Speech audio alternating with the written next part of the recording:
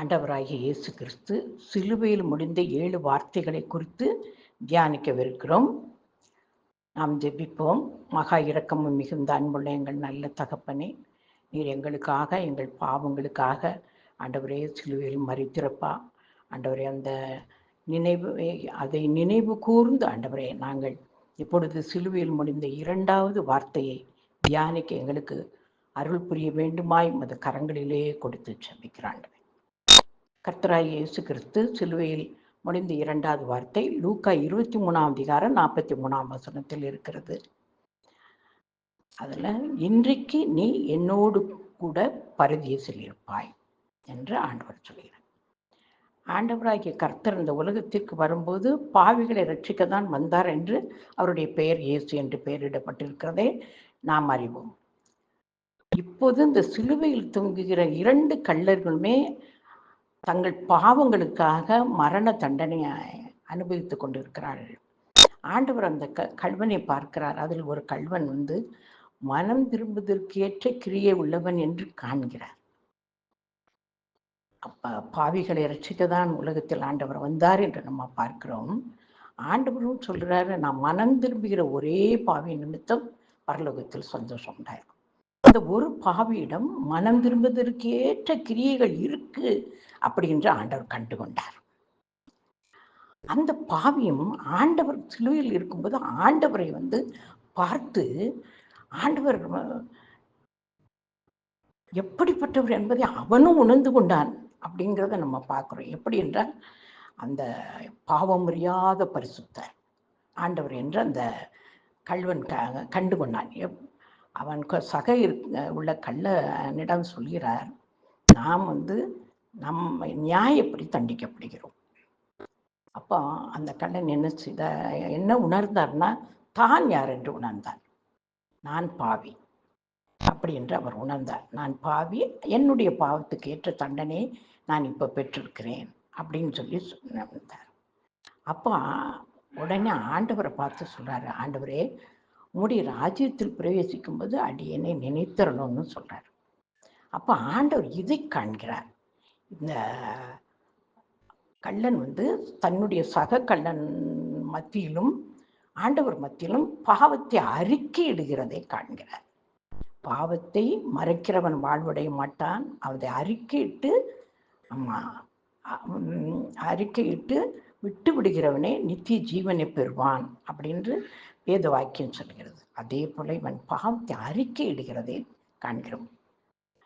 அது ஆண்டவர்கிட்ட திரும்ப ராஜ்யத்தில் வரும்போது அடியனை நினைத்திரணும் அப்படின்னு சொல்லும்போது அவன் பாவத்தை விட்டு விட்டான், பரிசுத்தனாகி விட்டான். அதனாலதான் ஆண்டவர் அவனுடைய செய்கைகளின் நிமித்தம்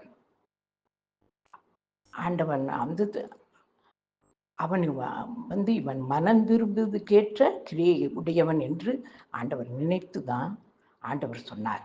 அப்படி சொன்ன உடனேயே ஆண்டவர் சொன்னார், அவனை இன்றைக்கு நீ என்னுடன் கூட பரதீசில் இருப்பாய்.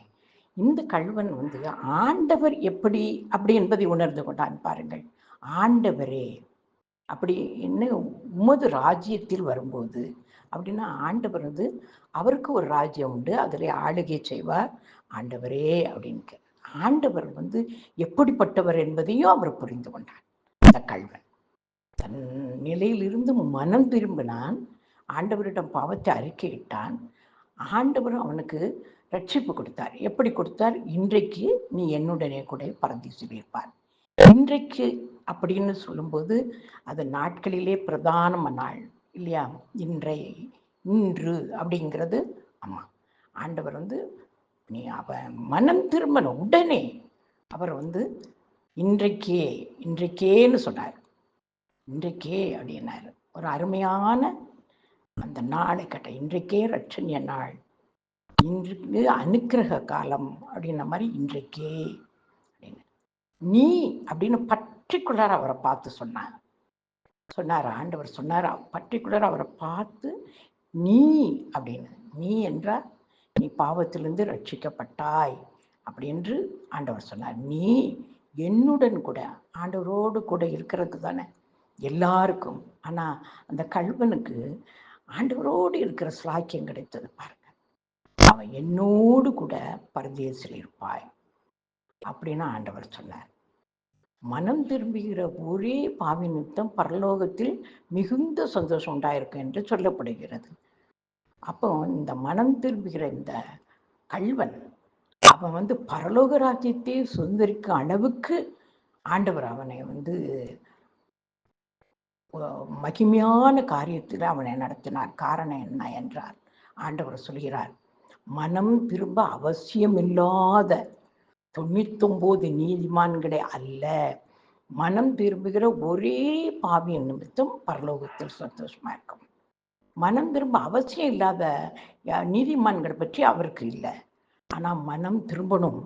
அப்ப அது ஒரே பாவியா இருந்தா கூட அவன் மனம் திரும்பணும், அவன் ஆண்டவருடைய ரட்சிப்புக்குள்ள வரணும். அதுல ஆண்டவர் உறுதியா இருந்ததே இந்த கள்வன் வாயிலாக பார்த்தோம். இந்த கள்வனுடைய ரட்சிப்பு என்பது ஆண்டவருடைய சமூகத்தில் ரொம்ப நினைக்கக்கூடியது. ஏனென்று கேட்டால் 99 நீதிமான்களை கூட ஆண்டவர் விட்டு விட்டார். இந்த மனம் திரும்புகிற ஒரே கள்வனை அவன் தன் பாவத்தை உணர்ந்ததனால், அதை அறிக்கையிட்டதனால் ஆண்டவர் இரக்கம் பாராட்டினார், அவன்கிட்ட இரக்கம் பாராட்டினார். அதே போல பாவங்களை எல்லாம் மன்னிப்பதற்கு மனுஷகுமாரனுக்கு அதிகாரம் உண்டு. அதனாலதான் ஆண்டவர் அவருடைய அதிகாரத்தை அவன் அந்த கள்வன்கிட்ட பயன்படுத்தினதை நம்ம பார்க்கிறோம். ஆண்டவர் ஆகிய கர்த்தர் இந்த வேதாகமத்தில் சொல்லப்பட்ட எல்லா பாக்கியங்களும் நிறைவேறுகிறதை நாம் பார்க்கிறோம். அதிலும் இந்த மாதிரியான பாவிகளை ரட்சிக்க ஆண்டவர் வந்தார் என்றால் அது எவ்வளவு பெரிய அருமையான ஆண்டவர் என்று நாம் பார்க்கலாம். அதனால்தான் இந்த கள்வன் எல்லாருடைய அந்த வேதாகமத்தில் ஒரு இடத்தை பிடிக்கிறது சாதாரண விஷயம் இல்லை. எல்லாம் இப்போ உலகத்தில் உள்ள எல்லாராலும் பேசப்படுகிறான் இந்த கள்ளன். மனம் திரும்பினால் ஆண்டவருடைய ராஜ்யம் நிச்சயம் நமக்கு உண்டு. தேவன் தாமே இதை ஆசீர்வதிப்பாராக. ஆமென்.